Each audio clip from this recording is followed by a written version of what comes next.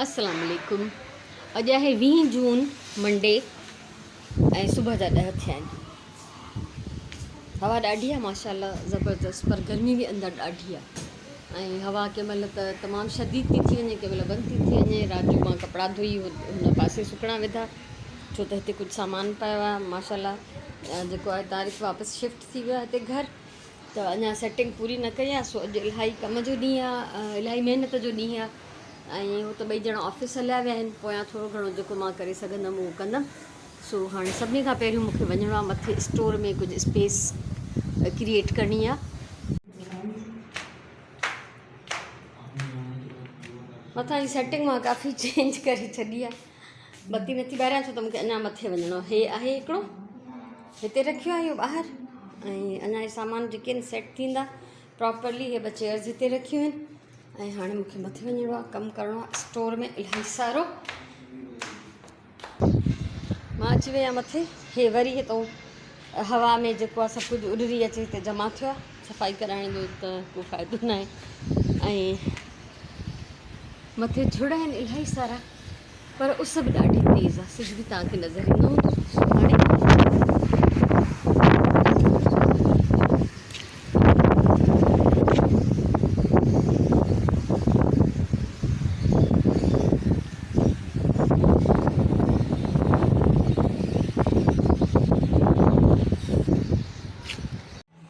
हिन महिल 11:15 थिया आहिनि ऐं मां वञा थी ॿाहिरि TCS जी ऑफिस। हे राजीअ जन जा कपिड़ा शयूं ऐं हिन बॉक्स में अंदरि मां चूड़ियूं वग़ैरह ज्वैलरी जेको बि वरितो हिननि जे लाइ विधो आहे, त जीअं शयूं चिबियूं या ख़राबु न थियनि।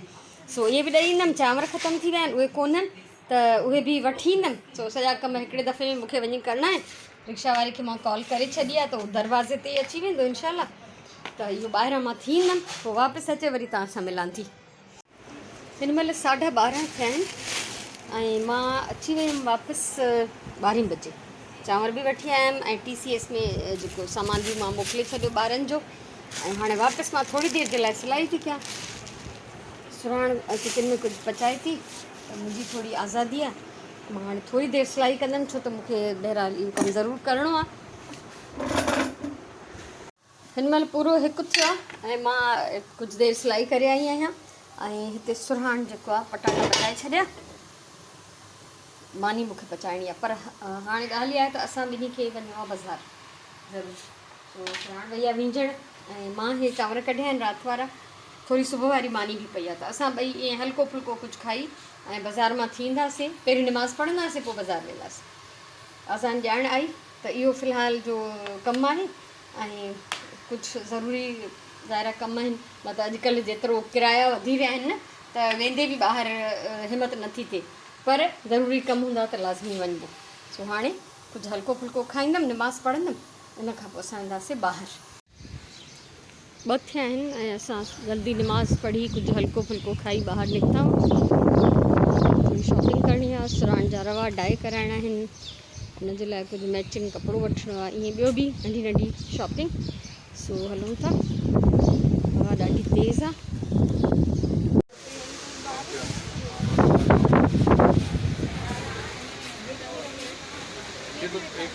ये वाले जो बच्चों के क्लिप्स हैं, ये कैसे दे रहे?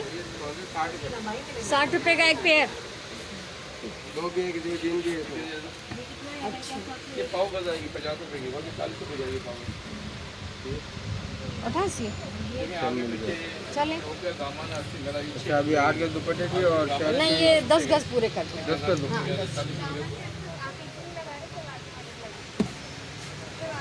आप पीछे छोड़ दो, आगे लगे।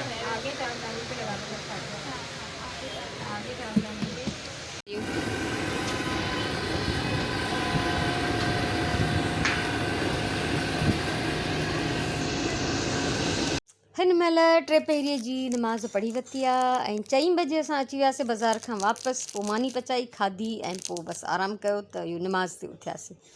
सो मां वरिता हे हुक सेट आहिनि पूरा, जीअं कंप्लीट सेट हूंदो आहे। त कोन हुया हाणे जो आदि आहे राजीअ जे कपिड़नि खे हणण जे लाइ, त ॾिठमि त ख़तम ई थी विया हुआ। ऐं हीअ हिकिड़ी सुराण जी शर्ट वरिती, ॾाढो प्यारो कपिड़ो, प्यारो कलर, प्यारो प्रिंट, छो त हुन वटि अहिड़ी वाङणाई रंग जी रओ ऐं कमीस ऐं रओ ऐं सलवार। रए खे रंग बि करायो छो रवा मां घरों खणी वई हुयमि ऐं मूंखे हमेशह वांगुरु इहो मुंहिंजो फेवरेट प्रिंट ॾाढो वणियो मूंखे त मां इहो बि वरितो। हे मुंहिंजो सूट आहे पूरो, ठीकु आहे। ऐं उनखां सवाइ हीअ सुराण जे हिकिड़े रए जी पिको कराईसीं, हिन सां मैचिंग रओ वरितो, हिन सां मैचिंग सलवार वरिती, हिन जो रओ ईअं जेको आहे कलर करायो आहे। ऐं हे लेसिस आहिनि हिन में, सुराण जी शर्ट्सूं डिफरेंट, ऐं हिन में आहिनि सलवारूं प्लेन। हीअ हिन जी सलवार ऐं हीअ जेका आहे हिन जी। सो इहा हुई असांजी शॉपिंग। हा, मां प्यालियूं बि वरितियूं हिकिड़ियूं आइस्क्रीम जूं ऐं गिलास बि, उहे हरू भरू वरिता। उन्हनि जी असांजे घर खे का कतई ज़रूरत न हुई, पर जीअं त बसि हाणे छा चवां, सम्झी वञे त उन चकरनि में घर जी जेसिताईं काई मां इलाही अरसे खां पोइ कुझु स्पेशल घर जे लाइ वठी आयमि। हे गिलास मूंखे वणनि पिया त हे 6 गिलास वरिता ऐं हे प्यालियूं, अहिड़े टाइप जूं आइस्क्रीम जूं प्यालियूं मां वटि इलाही सारियूं हुयूं। ऐं पोइ मां फाइनली जॾहिं घर मां थांव घटि पई कयां त मां इलाही सारियूं उहे ॾेई बि छॾियूं। त हाणे वरी मुंहिंजी दिलि चाहियो त आइस्क्रीम जी प्यालियूं हुजनि या स्वीट डिश या कुझु बि जेको बि, उनजे लाइ मां इहे वठी आयमि। सो हीअ टोटल शॉपिंग आहे।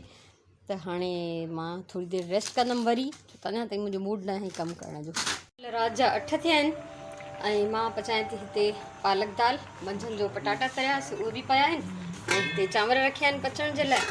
ऐं बसि डिनर जी तयारी थी रही आहे। ऐं सांझे जी नमाज़ खां पहिरियों मां काफ़ी देरि सिलाई कंदी रहियमि। इनशाला सुभाणे मुंहिंजी कोशिशि हूंदी त पंहिंजो प्रोजेक्ट जेको आहे कंप्लीट कयां, वधीक अलाह खे ख़बर। सो हाणे मां तव्हांखां मोकिलाईंदमि हिन व्लॉग मां। अॼु जो व्लॉग तव्हांखे कीअं लॻो, नंढिड़ो आहे जेतिरो बि आहे, जेको कुझु मां कयो, जीअं टाइम गुज़ारियो तव्हां सां शेयर कयो। सो अलाह साईं तव्हांखे ख़ुशि रखे, हमेशह आबाद हुजो, सलामत हुजो। इनशाला सुभाणे वारे व्लॉग में वरी मिलंदासीं। तेसिताईं अलाह वाही।